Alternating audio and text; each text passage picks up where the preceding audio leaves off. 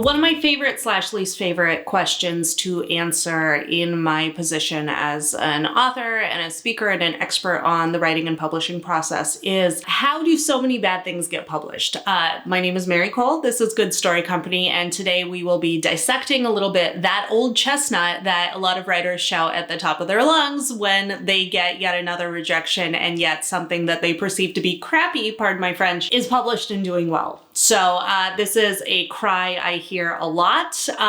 And for me, it's almost, and I don't mean to negate your feelings or somehow invalidate you or discount you, but this, this thing that people say is almost irrelevant to me. All it does, and here I want to reframe your thinking a little bit. All it does is show me in a very clear way that publishing is so subjective. The person that wrote that crappy thing probably thinks it's pretty great, or it was just a naked money play and they were like, okay, yeah, I can write a mermaid romance, no problem, and they got to work. But odds are they think it's pretty great, and their agent, if they used one, thinks it's pretty great. Their readers, if they're publishing independently, think it's pretty great. And the publisher that ended up publishing it either said, I think this is pretty great, or we really need a mermaid romance, let's make some money, right? So not everything is necessarily done in publishing for the love of the art, cat alert. Some of it is very much done to capitalize on a trend. Hopefully the two can coexist and you're doing something with artistic value that also capitalizes on a trend.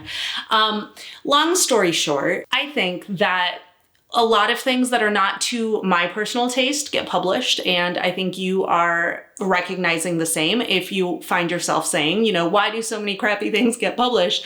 Well, there are people out there who are not you, who don't have, pardon me, your taste, who do not have your sensibility, who do not like the same stories as you, who do not like the same categories as you. Everyone is different. And a lot of publishing is built on this idea that a worthy work, or in some people's opinion, maybe less than worthy work, will still find its readership, will still find its tribe. And some projects are not necessarily the end all be all, but, sometimes you just want a beach read that goes down easy. Sometimes you want a really thinky project that moves a little bit slowly. Not only are you different, but you are a different reader in different times of your life or for different purposes, like, taking your vacation book and then your self-improvement book, which you're really looking to study and achieve a goal or breakthrough, whatever. So I would say books are sometimes utilitarian. They fit a purpose, they fit a need, they fit a niche, they fit a goal that either the author, the publisher, or the reader has. And just because something isn't for you doesn't mean it isn't for somebody else. One of my favorite quotes that I got from reading Amy Poehler's autobiography that came in the wake of Bossy Pants, she just said, why do we all tear each other down? All you can say sometimes is, good for her, not for me. Right? And that doesn't mean that it's not good for you. It just means, whatever this person is doing over here, good for them. But it's not my thing.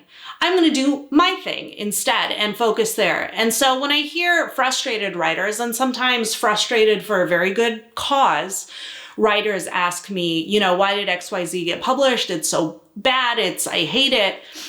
It's very subjective. And all that reinforces for me being in the industry is really, there are so many different flavors and so many people out there that something may not be for you, but the next thing might be for you. And something that you write may not be for everybody either.